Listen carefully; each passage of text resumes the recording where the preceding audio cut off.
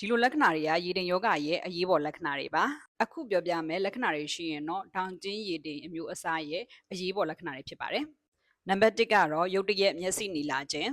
နံပါတ်2ရုတ်တရက်မျက်စိကိုက်ခဲခြင်းနံပါတ်3ကတော့ရုတ်တရက်ခေါင်းကိုက်ခြင်းပြိုခြင်းအန်ခြင်းနံပါတ်4ရုတ်တရက်အမြင်ဝါလာခြင်းနံပါတ်5လက္ခဏာကတော့မီးရောင်တွေကြည့်ရဆိုရင်အခုလိုမျိုးအကွင်းကွင်းတွေပေါ်နေခြင်းအခုပြောခဲ့တဲ့လက္ခဏာတွေကတောင်ကျင်းရည်တင်ယောဂရဲ့အရေးပေါ်လက္ခဏာတွေဖြစ်တဲ့အတွက်ဒီလက္ခဏာတွေခံစားနေရပြီဆိုရင်တော့နီးစပ်ရာမျက်စိတူကူဆေးကန်းမှာအမြန်ဆုံးတွားရောက်ပြသသင့်ပါတယ်အခုလိုမျိုးအရေးပေါ်အခြေအနေကိုမကုသပဲထားရဲဆိုရင်တော့အမြင်ကွယ်တဲ့အထိဖြစ်နိုင်ပါတယ်ဒါဆိုရင်လက္ခဏာမပြတဲ့ရည်တင်ရောရှိလားဆိုရင်ဟိုတနေ့ကတင်ခဲ့တဲ့ဒီဗီဒီယိုလေးမှာဆိုရင်တော့ဒီလက္ခဏာမပြတဲ့ရည်တိမ်ကိုဘယ်လိုသိရှိနိုင်မလဲဆိုတာကတော့တောင်းကျယ်ရည်တိမ်ရဲ့အကြောင်းကိုပြောထားဖြစ်ပါတယ်မကြည့်ရသေးရင်တော့အဲ့ဗီဒီယိုလေးမှာပြန်ပြီးဝင်ကြည့်ပါဒါကြောင့်ကိုယ်တိုင်ပဲဖြစ်ဖြစ်ကိုယ့်ရဲ့ပတ်ဝန်းကျင်မှာပဲဖြစ်ဖြစ်ဒီလိုလက္ခဏာတွေခံစားနေရတာဒီလိုလက္ခဏာတွေတွေ့ရှိရဆိုရင်တော့နိစ္စရာမျက်စိတူကူစေကန်းဆေးရုံတွေမှာ